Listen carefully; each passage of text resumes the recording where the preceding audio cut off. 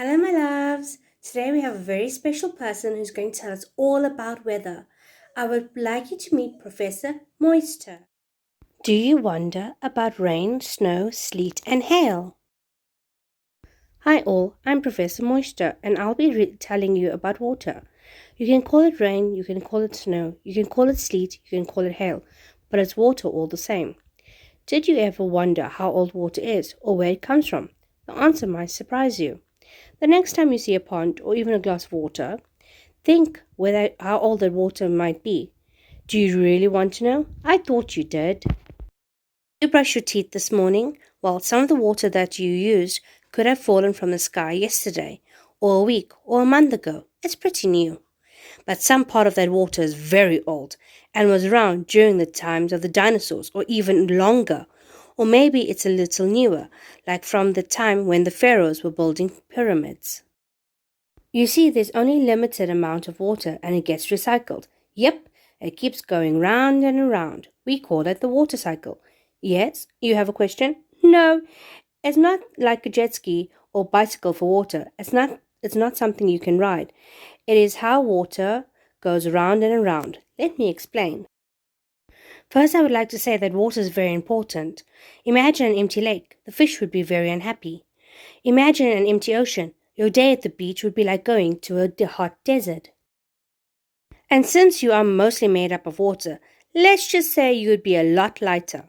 The water cycle has 4 parts: evaporation, condensation, precipitation, and collection. Evaporation: when the water in an ocean, a lake, a pond, a river, or a stream is heated by the sun, it turns into vapor or steam. It then floats into the air. Of course, when you are out on a hot day, or when you exercise, you sweat. Guess what? It evaporates too. What about those drops of dew on leaves or the grass? Yes, they too evaporate and become part of the water cycle. Condensation: as the water vapor gets cooled, it changes back into a liquid and turns into clouds. Precipitation: when the air in the clouds cannot hold any more liquid, it falls back to the ground. It returns differently depending on the temperature and where it comes down. It can fall as rain or it can fall as snow. Did you know that no 2 snowflakes are the same? It can return as sleet, which is like rain that has almost frozen. Or it can come as hail, those frozen balls of rain that can actually break windows and dent cars. Collection: no matter how it comes down, it is collected and stored. It can fall into the ocean, lake, pond, river, or stream. If it lands on the ground, it may roll to a river or be sucked through up to the soil.